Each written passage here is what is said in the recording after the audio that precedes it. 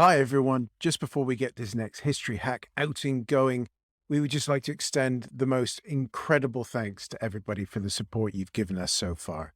The podcast has just passed 1 million downloads, which has completely blown our minds. So, from Alex, Zach, myself, all the guys down the pub, we just want to say thank you so much. And to keep doing what you're doing, spread the word, tell your friends, like, subscribe, review. Remember, there's a Patreon, it's got its own Discord channel now where there's chat and things on it. There's Ko-Fi for dropping us a tip for an episode you'd like. There's the bookshop where all the latest books from our great guests are. And of course, just tell everybody about us because the next million downloads we hope will come a lot quicker. And who knows what is going to come up in the next year. So thank you once again. I'm going to stop waffling. Here's the show.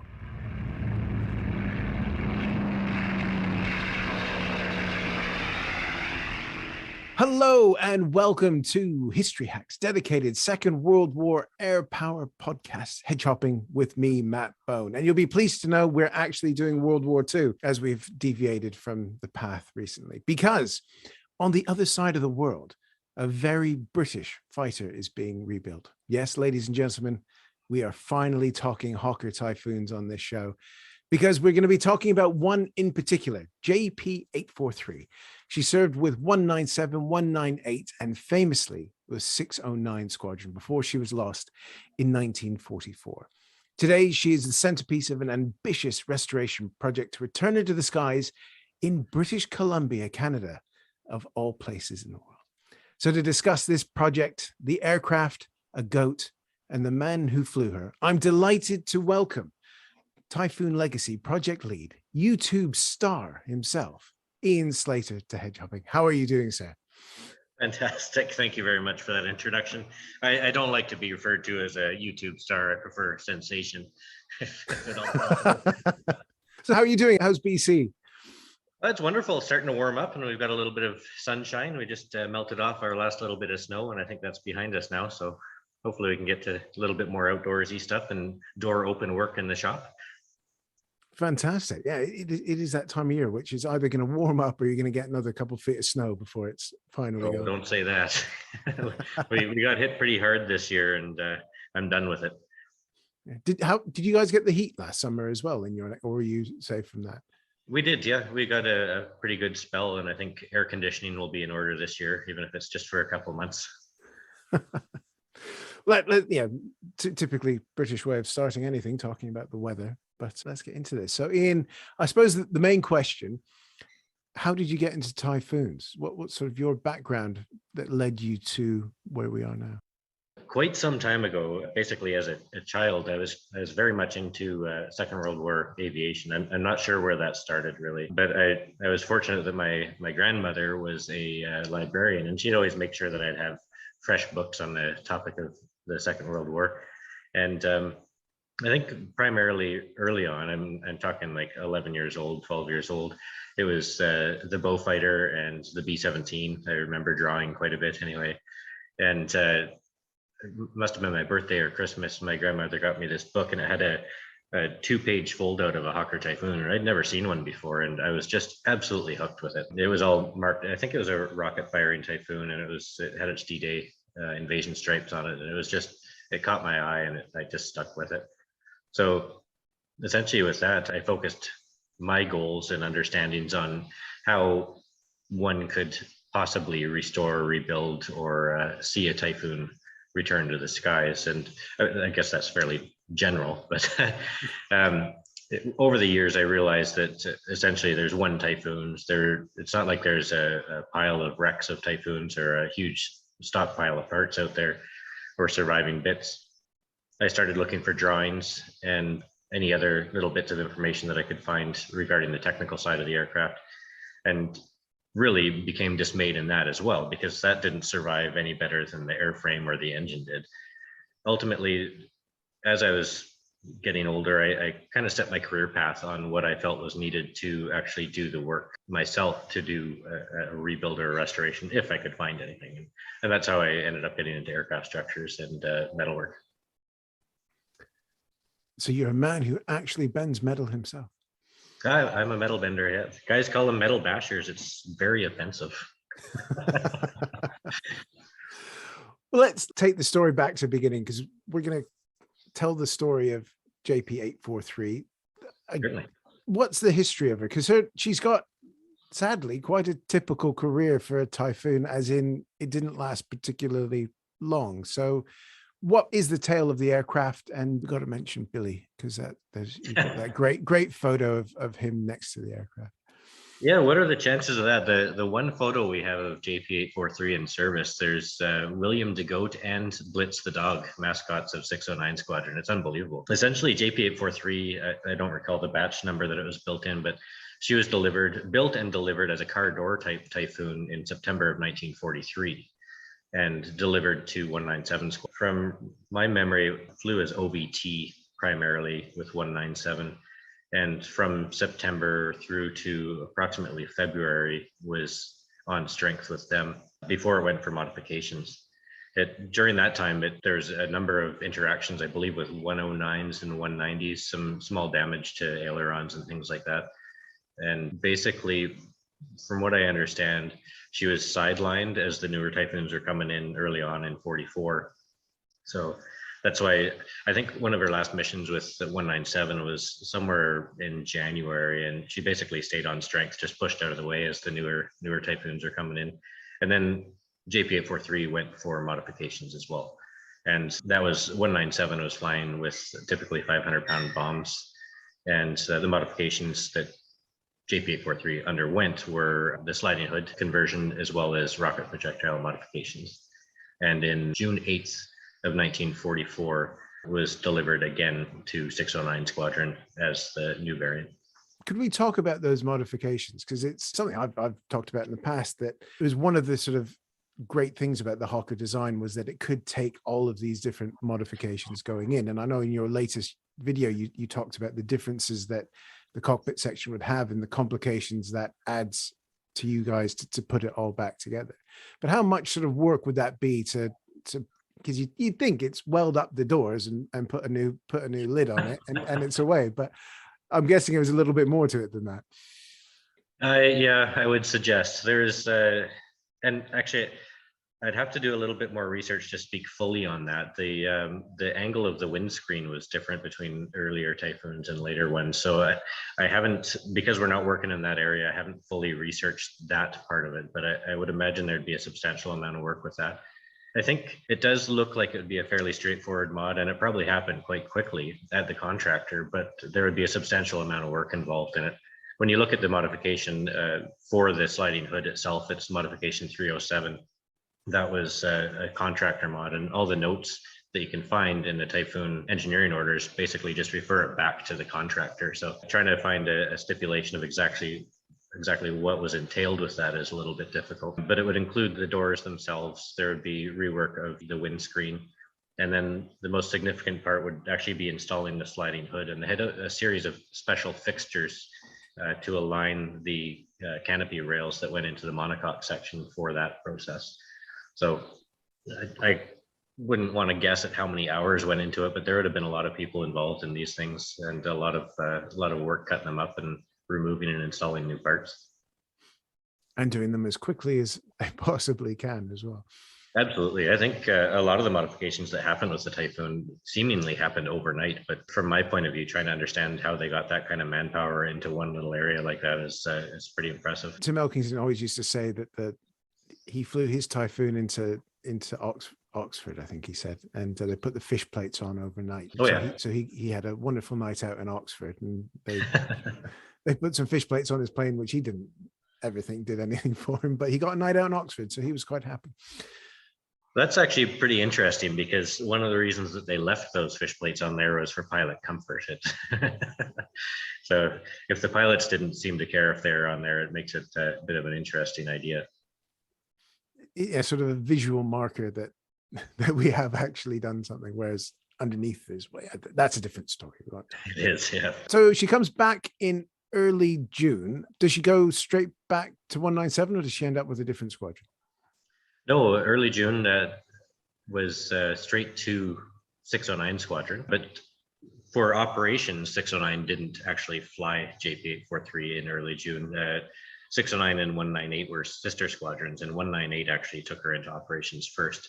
And I think it was only one occasion, possibly two, and I believe she actually came back with engine trouble and essentially sat out the rest of June from there on. Possibly there were some training flights in there, but back at 609 in early July. When she's back at 609, she did have one pilot that flew her once or twice, who you guys are doing a lot of work to help remember. Who was he? Peter Price. And Peter Price is a Kiwi. And this is really something that I try and emphasize.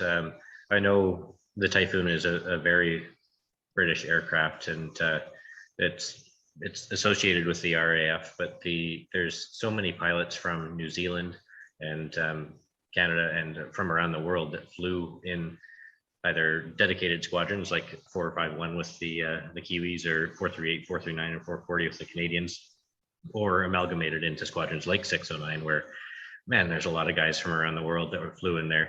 So Peter Price is a young fellow. He is 20 years old, and he made his way through the training system. He was trained in New Zealand, and during his entire training time, he was serving with his best friend, Owen Loudon.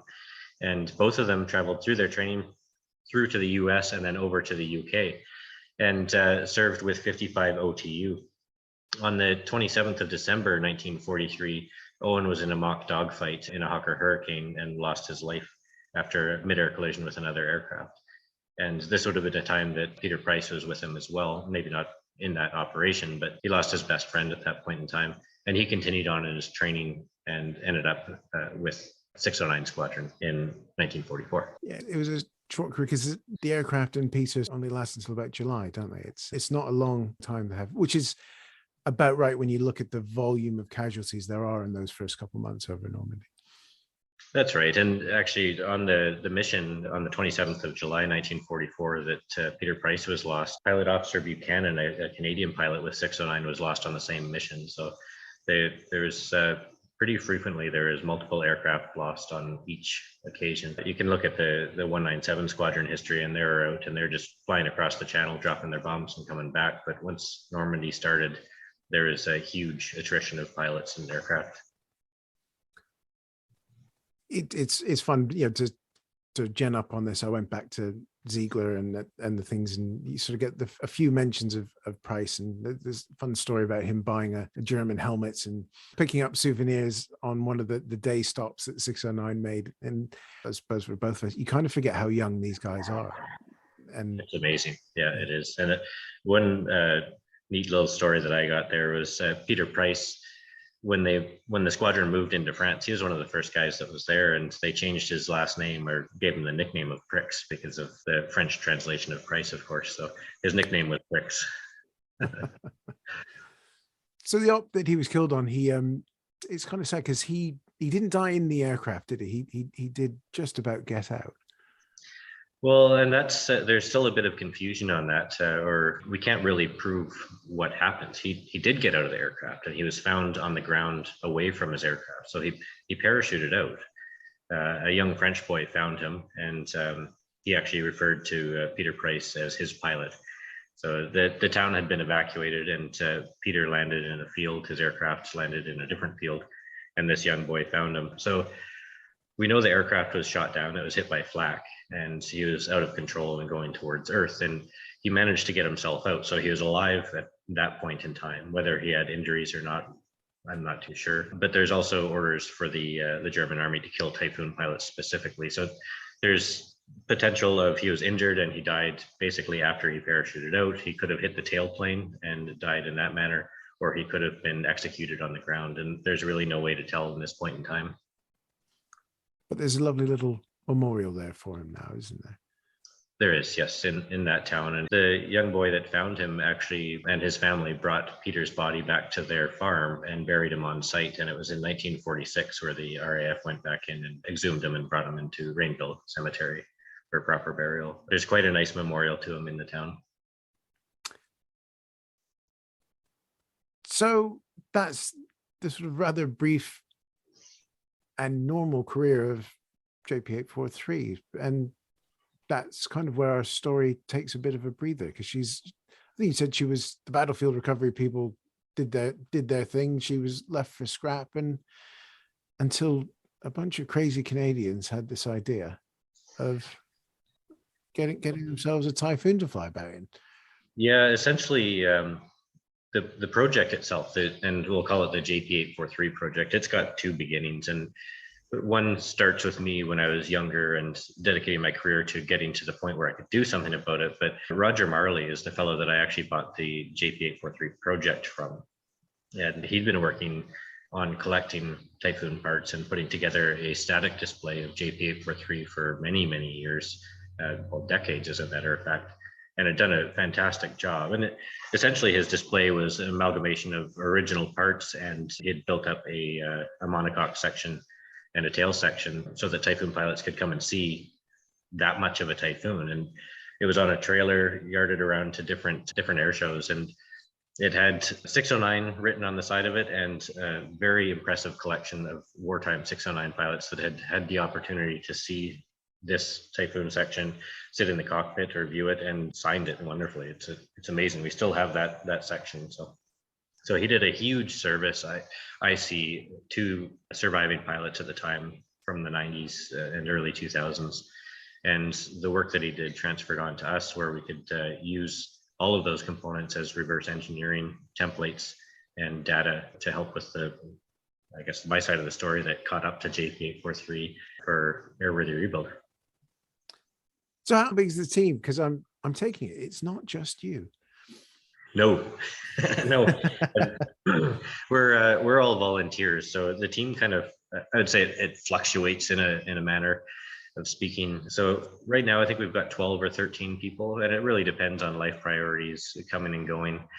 Some people are more involved than others, and it also depends on progress or aspects being worked on. Essentially, what I would say is that our design team, we've got 4 designers involved in it, and these are all our CAD guys. They are the busiest of them all right now. I'd almost say flat out working on their individual aspects of the project. And without those guys, the progress in the shop cannot happen. So we're in 2022 now, and CAD work has been ongoing since probably 2014, 2015.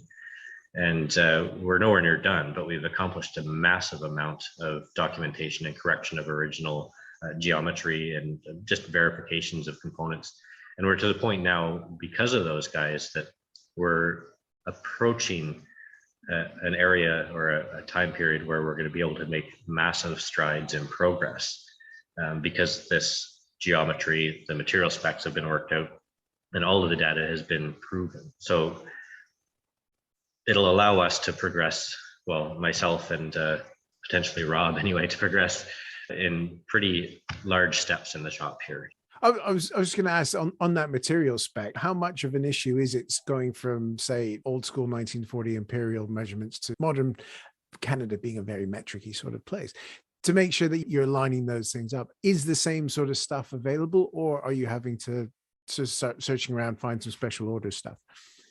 Well, that's a big one, actually. And that I kind of bunched that up with the design side. But prior to the design side, one of our team members, Graham Allen, he's our systems lead, he was instrumental in gathering data, material specifications, and that kind of data to allow us to convert wartime specifications into modern specifications. The material specs and the metallurgy, specifically the Sydney Cam metallurgy, the design, the joint plates, all of that stuff, it was absolutely phenomenal. And this is just my opinion, but I think the metallurgy of the day was probably more advanced than what we see today.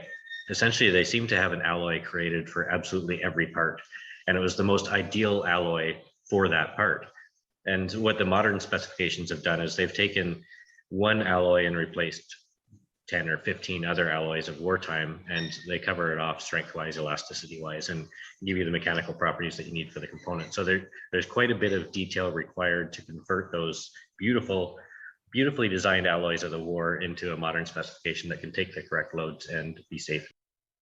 The metric thing, I know Canada's metric, but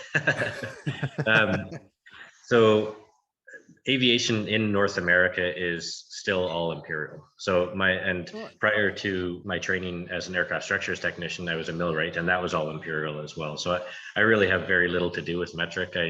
I can convert it when I do see a measurement, but all of our work is done in Imperial anyway. So it actually, I think it helps us because all the original drawings were that way, and it saves that one potential step that could cause error in design. So I guess the big question is, how are things going? Because we've sort of seen the videos. And just off to what I'm guessing is you're right. There is a monocoque on its way, but what's your status? That's a tricky question. I think I actually had one of those on a video asking for the status of the aircraft project. And I know I'm throwing you a bit of a hospital pass there. That's the worst question in the world. And it's just nice to be able to ask it instead of receive it for a change. Yeah, that's right. There's just so many aspects. And at any given time, there are multiple aspects being worked on. Some hit a wall and slow down while we research something or design something, and they can cause issue. But there's always another aspect of the project that we can move on and put our focus on. So essentially, the first section that we started working on for production, the design has been complete for some time. And when I talk about production, I talk about not only the aircraft production, but producing the fixtures and the tooling to do so. The fixtures and form blocks and things like that will take as long as the remainder of the design to produce. So our first section was the Monocoque section, it is sitting off to my right here. Our frames are produced. I think I've got the splice plates in production right now. And essentially, I've put that section on hold, and I've done that to complete our Merlin project, which I'm sure we'll talk about in a little bit. But while I'm taking a break from the Monocoque section, our designers, my father is our lead design technician. He's a very experienced CAD operator, and he's been completing and verifying the cockpit section. The cockpit section is essentially the heart of the Typhoon, and it's the section to which everything else attaches. So it affects everything else around it. So this is one area that's been in design that I would say quite confidently since 2015, with Nicholas Walter taking every single joint and component and helping convert it to CAD data or identifying what's needed so we could find the part and measure it or laser scan it, get it to him. And it's just been a huge ongoing process. So my father, Bruce, has taken that on, and he's near the end of the verification. I'd say we've got 2 or 3 smaller components that we need to identify correctly to complete the cockpit section in design form, which is a mammoth step and basically gives us the go-ahead to take verified files and produce components, or not reverse engineer, but made repair parts is the term that Transport Canada likes. So we produce repair parts for this cockpit section. So I'd say that the cockpit is a very much advanced state right now. The design and research side is what I would comfortably say more than half of the work on that section. And now we're into the phase where once this monocoque gets back on track and is completed, we'll be able to hit the ground running on the cockpit section and really get the heart of the Typhoon together. The radiator fairings here, and actually that was an interesting one. I love the Typhoon's radiator fairing. It's absolutely beautiful. So early on in the build, and this would be right back to the 2015 timeframe as well, we had Matt Myers in the UK did a bunch of design work for us and got a fixture designed as well. And I built the tooling up and produced some radiator frames here. And I did them using manual lofting, just like the guys would have done during the war.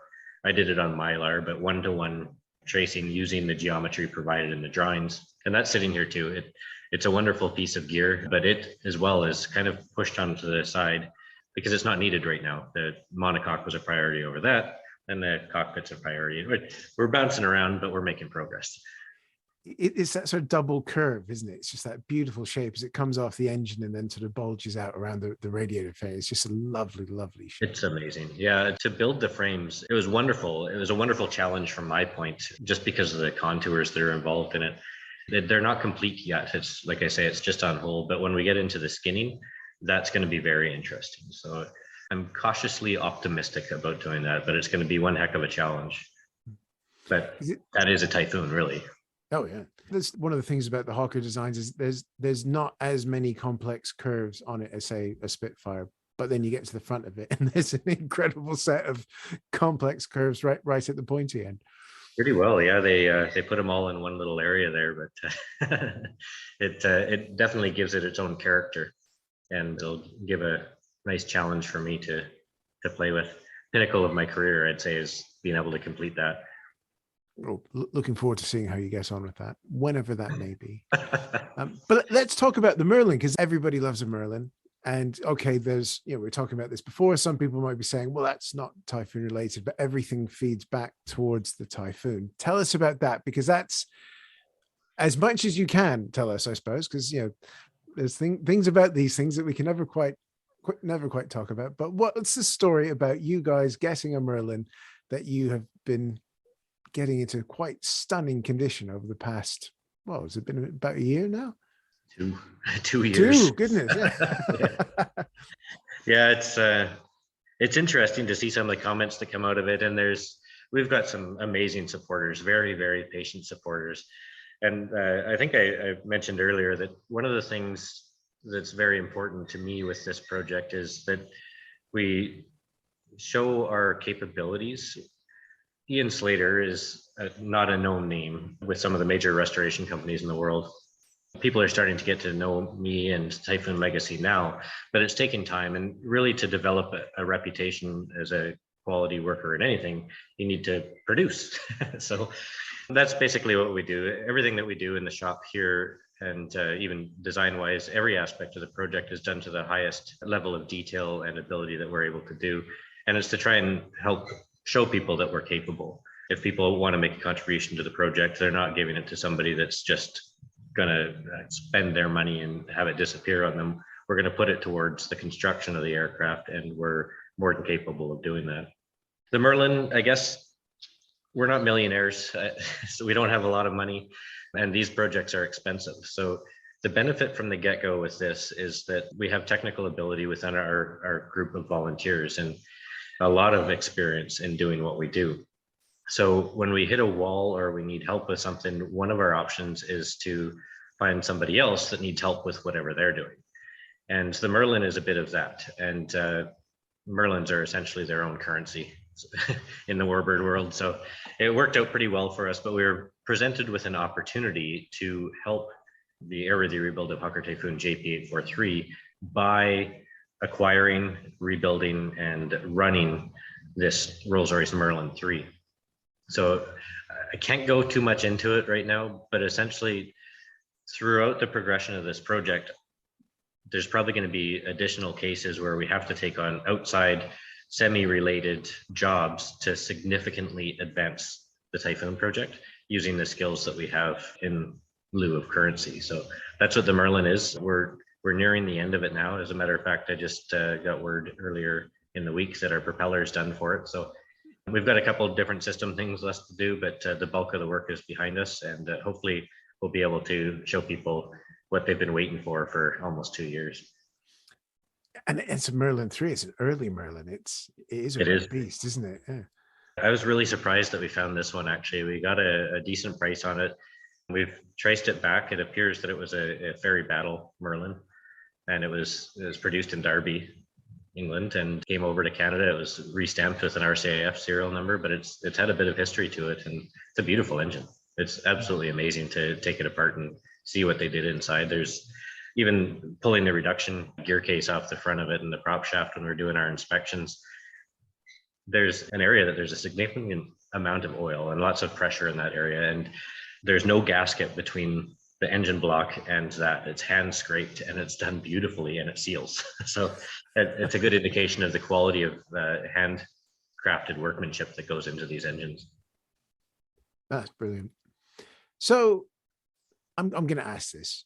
I know it's just sitting there in the corner, but the Taurus, that's another great farm, and that does have a lot more sort of impact into where we're going. It's sleeve valve, it's big, but that's another fantastic story of you guys getting your hands on something quite special. Well, yeah, I kind of wheel and deal. Everything I do almost everything I do in life is to support the Typhoon. I'm just addicted to this thing, and so I'm always wheeling and dealing and seeing what I can do. And This is a tourist story, trust me, but I bought an Alfa Romeo 115T, I think it's called. It's an Alfa Romeo license built Gypsy Queen, essentially. And I got a reasonable deal, or so I thought. They're not worth much money, but I got a reasonable deal. It was all preserved. And I think I've got a video on that actually, if you want to check that out, but it's out of the back of the shop. And I bought that thinking I could either flip it for a little bit of cash and put that into the project or trade it for something that would be worthwhile. So I don't know that that was a very good purchase, but it sat there for a while. Nobody was interested in it. I significantly overestimated the value of the thing. And then a couple months later, a fellow in town here, a local guy, donated a Canadair Argus propeller. These things it's a 3-bladed propeller, and it's 15.5 feet in diameter. It's completely out of my area, but it sat here, and it as well took up a lot of space that we could have used for the Typhoon and frustrated me to no end. And the fellow that donated it actually said he just wanted it out of his garage because it takes up so much space. And I felt his pain almost immediately when I got it here. So these two things are sitting, taking up space in the shop. And I don't know how I got onto this, but a couple of phone calls, I was able to find an outfit that had 2 Bristol Taurus engines, which really appealed to me. And it wasn't known at first. We had these parts and talked about a trade and didn't have anything to trade for. And Graham Allen went and visited the site where these Bristol Taurus engines were and sent me some pictures. And we were basically just looking for items of opportunity to trade for. So they stuck out right away and we made a deal and we got them here during some significant flooding and weather issues here. But they're here. So we've got 2 Bristol Taurus engines. And while not specific to the Typhoon, you did mention that they're a sleeve valve engine. And one of the things that really interests me with them is they're about 1936 technology. The sleeve valve on these engines, or the sleeve itself, is a 5-inch bore, which is the same bore as a Napier Sabre. During the early phases of Sabre development, they were having sleeve issues, and the Air Ministry essentially forced Bristol to share their sleeve data. They used Bristol Taurus sleeves, or the sleeve blanks, to produce the sleeves for the Sabre. So that's our Sabre connection. But they're also very rare engines, and looking to move them on eventually and find some way to benefit the Typhoon project using them. This is the bit that never makes it into the edit, but the Taurus was in Beaufighter or the Beaufort? Beaufort, and only some. Yeah, as well as the Ferry Albacore. The Beaufort, the British-built Beaufort, early on had the Taurus, and then they went to I believe it was either Pratt & Whitney's or Wright's, and all of the Australian-built Beauforts had the American engines as well. So there weren't too many, and most of the Beauforts that used the Taurus operated out of the Mediterranean area, from my understanding. I'm by no means an expert in it. So I've seen a picture online of a Taurus engine, but I don't know who owns it. So I don't think there's very many. I believe there's one Ferry Albacore, which has an engine, and potentially one other engine on display somewhere, but I'd be interested in hearing from anybody that knows of them. There's a Beaufort being done in Bristol, isn't there? Which will probably be, I may be wrong in that. And if I am, this is coming out of the edit. Fair enough. This is my show. I've got to make myself sound good. But that's fantastic, and that's so important, especially with all the fun and games that came with Bristol's and English Electric later with Napier and the politics of it. These sorts of bits, given the rarity of them, are all going to feed into running operation maintenance of the Typhoon once she's ready to go. Well, ultimately it's all part of the story. And it's a way that we can help other projects as well and tell those stories. So I think everybody working together, doesn't matter what type of project, if you're looking to preserve history, we're all going to cross paths at some point, and we're all going to have a different resource or a different ability that's going to benefit somebody else. So it's pretty fantastic to come across these things. And when they do pop up, I don't like to let them go if I can do anything about it. I actually, during my service in the Canadian Forces, when I was an apprentice, I worked on T-33s, Canadair Silver Stars, or the T-Birds that everybody knows. And they retired them in 2002 out of Comox here. And a couple of them, well, actually they got spread all over the place. You see them on a stick everywhere throughout Canada now. They're really not a very high value aircraft, but one went up for sale and I bid on it and I won. So I've got a T-33 sitting out front of the shop right now.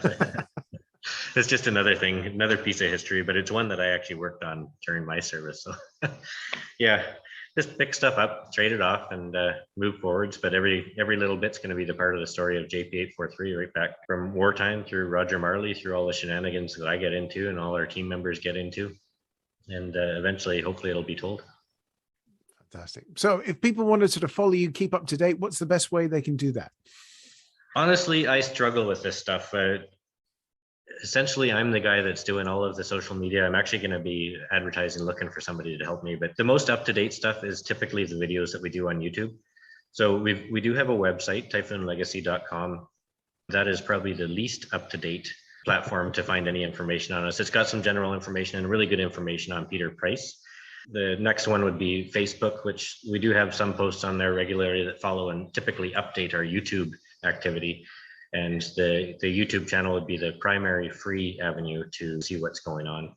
You'll notice in the YouTube videos, I usually mention our paid subscription channel. It's the exact same content. I started off messing around and taking clips out for YouTube and all that, but that didn't go over well.